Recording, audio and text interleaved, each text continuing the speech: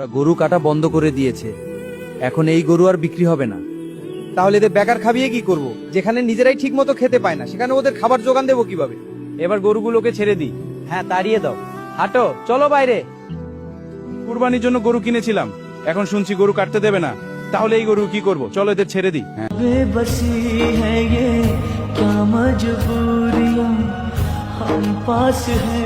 সবাই গরু ছেড়ে দেওয়ায় গরুতে রাস্তা জাম হয়ে গেছে, যানবাহন চালানো এখন ঝুঁকির মধ্যে। এর একটা ব্যবস্থা করা উচিত। আমার সব ফসল এই গরুগুলো নষ্ট করে দিল, এখন আমি কি খাবো? আমার সংসার চলবে কিভাবে? দুধের দাম এত বেশি কেন? আমাদের দেশে গরু কাটা বন্ধ হওয়ায় কেউ এখন আর গরু চাষ করছে না, ফলে দুধ বাইরের দেশ থেকে আমদানি করতে হচ্ছে, সেজন্য দাম এত বেশি। মুসলমানদের টাইট দিতে গিয়ে একটা ভুল সিদ্ধান্ত নেওয়ার কারণে আজ সারা দেশের মানুষকে ভুগতে হচ্ছে। फिर भी कितनी है